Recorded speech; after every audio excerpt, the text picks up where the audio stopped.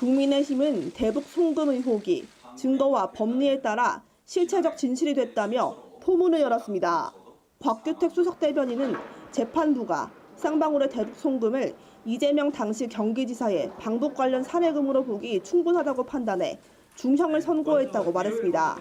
이어 오늘 결과를 예견이라도 하듯 그간 이화영 전 부지사의 재판 방해 공작은 다양하고 치졸하게 자행됐다고 비판했습니다. 민주당을 향해선 노골적으로 재판부를 압박하기 위해 1심 판결을 나흘 앞두고 대북 송금 의혹 사건을 재수사하는 내용을 담은 특검법을 발의하기까지 했다고 날을 세웠습니다. 이화영 전 부지사의 1심 결과로 이재명 대표의 유죄 가능성에 대한 사법 리스크 우려는 이제 분명한 현재 진행형이 되었습니다. 이제 모든 초점은 이 대표에게 맞춰졌고 더 신속한 수사가 필요한 시점이라고도 했습니다. 반면 더불어민주당은 재판부 판결을 납득하기 어렵다는 입장을 내놨습니다.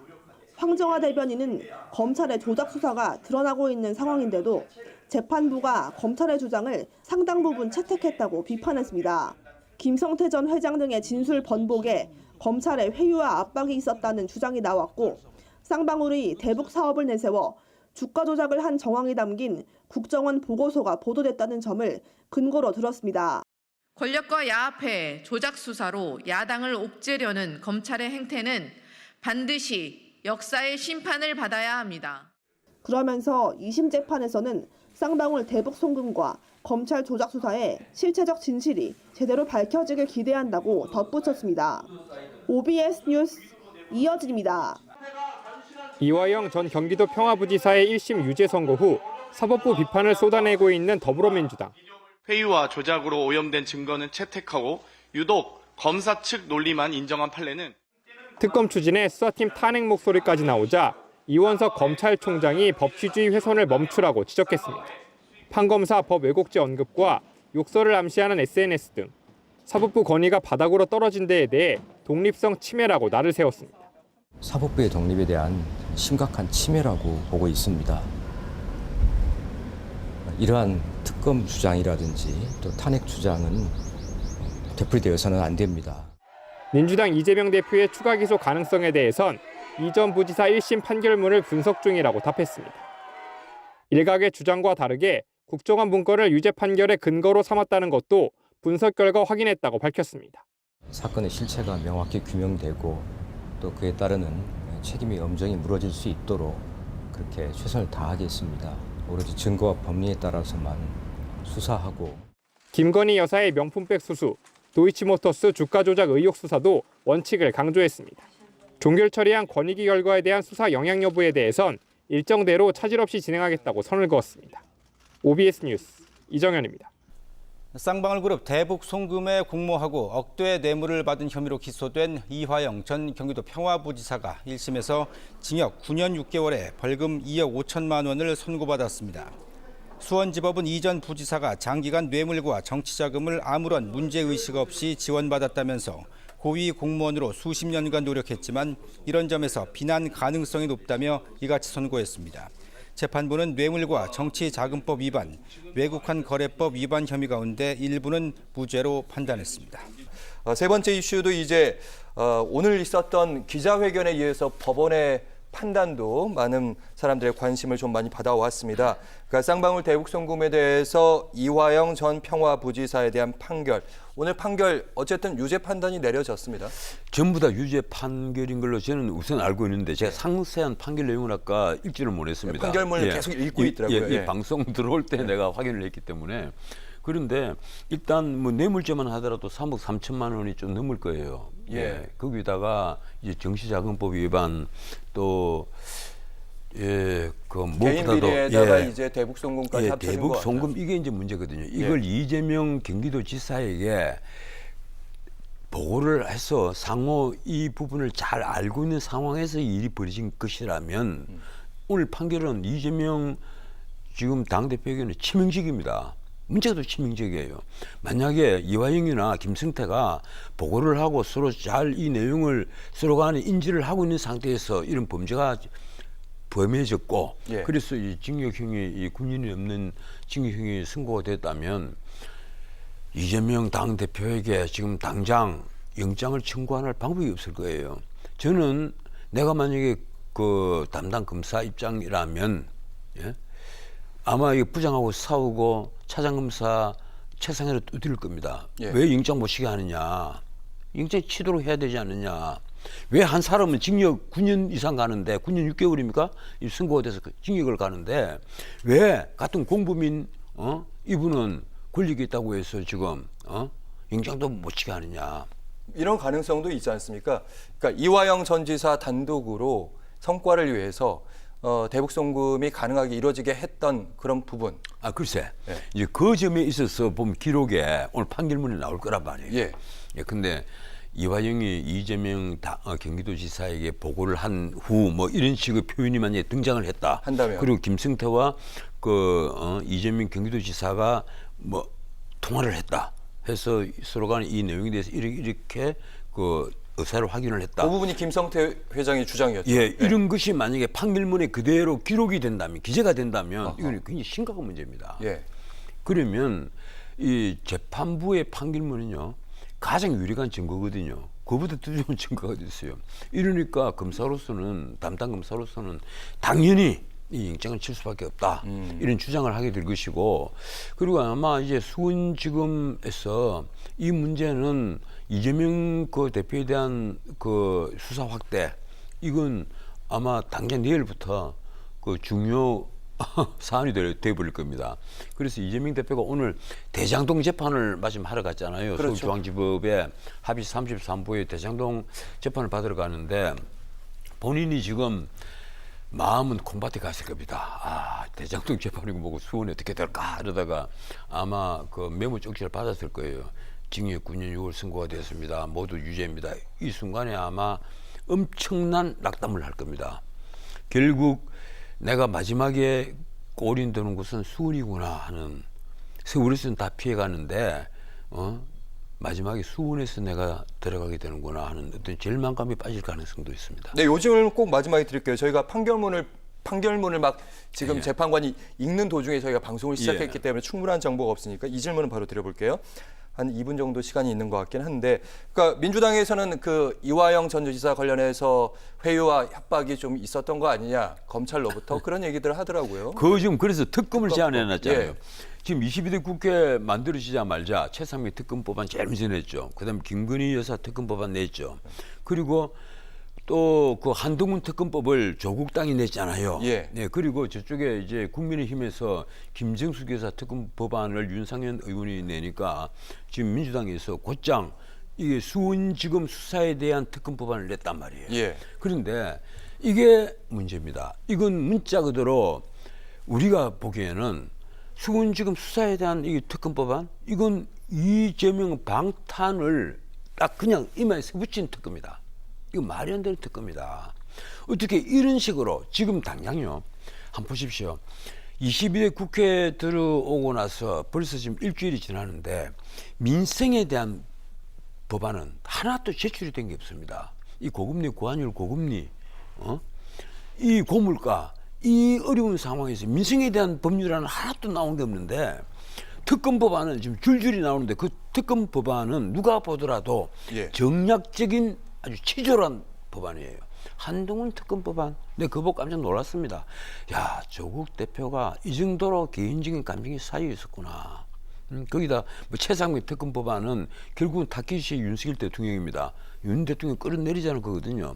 그 다음에 김건희 여사 특검 법안 딱 내놔서 부부 특검 법안을 다 내놓은 거예요.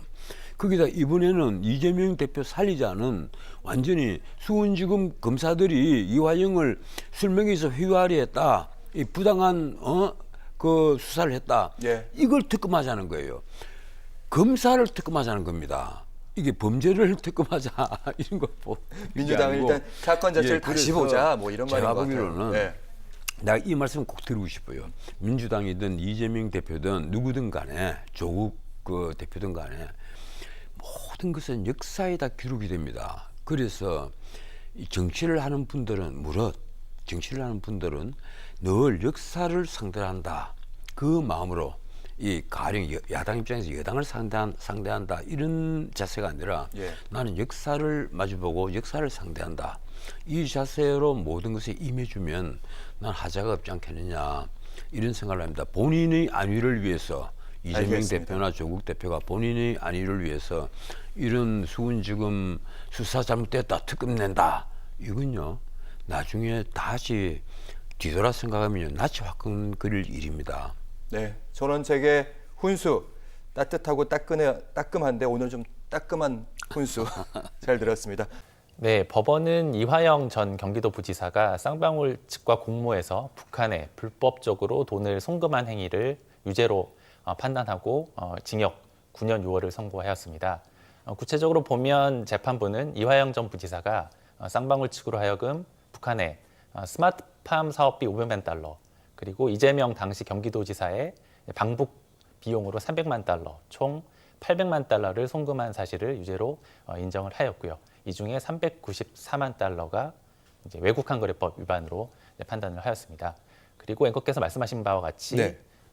이화영 전 부지사가 쌍방울의 대북 사업을 지원해주는 대가로 개인적으로 뇌물을 수수한 혐의, 그리고 쌍방울 측으로부터 불법 정치자금을 수수한 혐의. 그러니까 흔히 말하는 법인카드를 썼다. 그렇습니다. 쌍방울에. 그렇습니다. 이런 말씀이신 그렇습니다. 거죠? 그리고 뭐 네. 관련 증거를 인멸한 혐의 등을 모두 유죄로 선고하고 중형을 선고하였습니다. 네, 알겠습니다. 이번 판결의 세간의 가장 큰 관심은 아무래도 개인 비리보다는 대북 송금 그 혐의에 대한 그 판단일 것 같은데 사건의 개요를 좀 설명해 주시죠. 좀 오래된 사건이더라고요. 네. 2018년입니다. 이화영 경기도 부지사는 이제 당시 평화부지사의 지위에 있었습니다. 이화영 전 부지사는 이른바 대북 관련 사업을 발표를 했고요. 그리고 쌍방울 측이 이제 북측 인사의 접촉에 나서게 되었습니다. 그리고 2019년 이화영 전 지사와 쌍방울 측이 공모해서 이제 말씀드린 바와 같이 이제 북한의 스마트팜 사업비와 이재명 지사의 이제 방북 비용을 이제 대납하게 된 것인데요. 당시 이 스마트팜 사업비의 경우에는 경기도가 이제 북한에 지급해야 되는 돈이었는데 예. 당시 이제 유엔의 대북 제재로 인해서 이제 지급이 어려웠고요. 또한 이재명 지사 같은 경우에는 2018년에 있었던 남북 정상회담 당시에 이제 특별수행원회에서 빠졌기 때문에 이제 별도로 방북을 추진했고 그 방북 추진을 위한 비용을 대신 이제 쌍방울이 지급했다고 법원이 판단을 한 것입니다. 네, 방금 스마트팜 얘기하셨는데 그 스마트팜이라는 거는 이제 쌍방울이 지어주기란 그런 스마트팜인가요? 아니면 저 경기도 측에서 지어주기란 스마트팜인가요? 이른바 북한과 이제 경기도 간의 일종의 사업이었습니다. 다만 이제 그런 해당 사업을 쌍방울이 주도적으로 이제 추진을 해왔던 것이고요.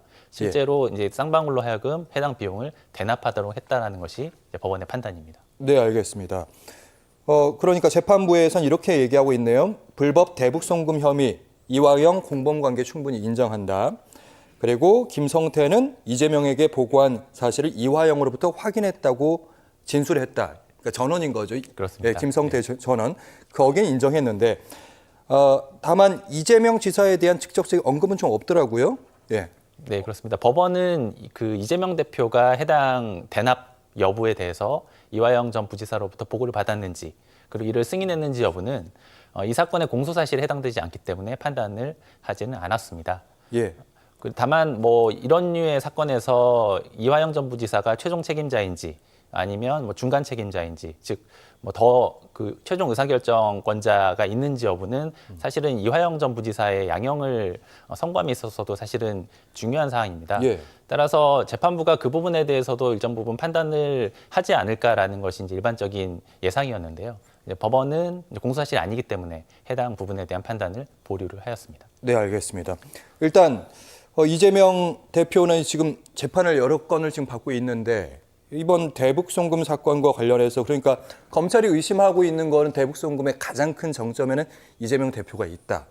이화영 지사는 아예 이건 대북 송금이 아니었다 뭐 이런 입장인 건데 나랑 관련이 없는 얘기다. 김성태 진술만 김성태 쌍방울 회장의 진술만을 재판부가 인정한 것이 뭐 이런 입장인 것 같은데 검찰이 일단 추가 기소에 나서겠다 이런 입장을 밝혔더라고요. 네. 그렇습니다. 검찰의 이재명 대표에 대한 추가 기소는 예견된 수순으로 보입니다. 우선 그 이재명 대표와 관련돼서 이미 작년 9월에 이화영 부지사가 지금 그 받았던 혐의로 동일한 혐의와 뭐 제3자 뇌물수수죄 등의 혐의로 구속영장이 청구된 바가 있습니다. 예. 당시 검찰은 구속영장 청구서에 이화영 전 부지사로부터 이재명 지사가 뭐 17차례 정도 보고를 받았다라는 내용을 청구서에 기재를 했던 것으로 지금 알려져 있는데요. 다만 당시 이제 영장 담당 판사는 공모 여부에 대해서는 다툼의 여지가 있다라고 판단을 하고 이제 구속영장을 기각한 바 있습니다. 이재명 대표와의 혐의와 관련해서 자신의 방북 비용을 대납한 사실이 있는지, 그리고 본인이 그 내용을 보고를 받았는지 여부가 말하자면 두 가지 핵심 쟁점인데, 앞단에 말씀드렸던 부분이 이번 이화영 전 지사의 재판에서 사실로 인정됐기 때문에 검찰은 이재명 대표에 대한 추가 기소를 할 것으로 보입니다. 예, 추가 기소할 가능성이 높다는 그런 말씀. 뭐 조선일보에는 이번 주 중에 추가 기소하는 거 아니냐 뭐 이런 얘기도 있었는데요. 살펴보도록 하겠고, 그러면 일단 추가 기소 시의 핵심 쟁점에 대해서 저희가 좀 짚어보도록 할 텐데, 이재명 지사의 혐의 방금 어떤 부분이 있는 건지, 그리고 이재명 집사는 어떤 부분에 대해서 방어를 펼쳐야 되는지 그 입장을 분석해 주신다면요. 네, 이제 이재명 대표 입장에서는 뭐 이화영 전 부지사에 대한 재판에서 북한에 대한 송금 사실이 사실로 확정이 되었지만, 유죄로 인정이 되었지만, 만약에 본인에 대해서 추가 기소가 이루어진다면 해당 부분은 뭐 다툴 것으로 예상이 됩니다. 다만 그 본인이 보고를 받았는지, 그리고 해당 그 송금이나 이런 부분들을 승인을 했는지 여부에 대해서는 판단이 이루어지지 않았기 때문에 해당 부분을 중점적으로 다툴 것으로 보입니다. 사실 북한에 송금을 했는지 여부는 객관적인 증거들이 있었던 것으로 보입니다. 뭐 경기도청에서 관련된 문건들이 나왔고요. 다만 이화영 전 부지사로부터 본인이 보고를 받았는지 여부는 두 사람 간의 관계에 있는 내용이고, 뭐 객관적인 증거라는 게 있기가 어렵습니다. 특히 이화영 전 부지사의 경우에는 최초 검찰에서 이재명 대표에게 보고했다라고 진술을 했다가 해당 진술을 이제 번복을 했습니다. 따라서 법원 입장에서는 오로지 이화영 전 부지사의 진술에 근거해서 뭐 보고 사실이나 승인 여부를 판단하기는 어려울 것 같고요. 당시 해당 사업의 성격, 그 두 사람의 관계, 그리고 이재명 경기도지사가 그 지위에 비춰봤을 때 해당 내용을 보고 받았을 것으로 보는 것이 뭐 타당한지, 나아가 이화영 전 부지사가 개인적인 이익을 도모했을 가능성이 있는지, 말하자면 보고 없이 별도로 본인 단독으로. 책임하에서 했는지 했을지, 이런 부분들을 이제 종합적으로 고려해서 해당 사업에 이재명 대표가 관여되어 있었는지 여부를 이제 판단할 것으로 예상됩니다. 네. 지금까지는 이제 정황만 있는 것 같고, 뭐 문건 같은 건 아니면 검찰의 입장에서는 이제 이재명 대표에게까지 가려면 스모킹건이 좀 필요한 상황이고, 이재명 대표는 그게 아니다 이런 얘기를 해야 될 것 같고, 그러면 일단 혹시 이재명 대표가 혹시 만약에 추가 기소돼서 재판에 간다면 1심 사건에 일단 대북 송금 자체는 인정을 한 거잖아요. 여기에 대한 판단도 혹시 기술적으로 달라질 수 있습니까? 기술적으로 달라질 수 있습니다. 그 해당 사건은 이화영 그 부지사에 대한 재판이기 때문에 이재명 대표 입장에서는 본인의 재판에서 해당 부분을 다툴 것으로 예상이 되고요. 당연히 다툴 수 있습니다. 그리고 실제로 이화영 전 부지사의 경우에도 이제 1심 판결에 대해서 항소 의사를 밝혔고, 항소심에서 또 이 부분에 대해서 사실 인정 부분을 또 다툴 것으로 예상됩니다.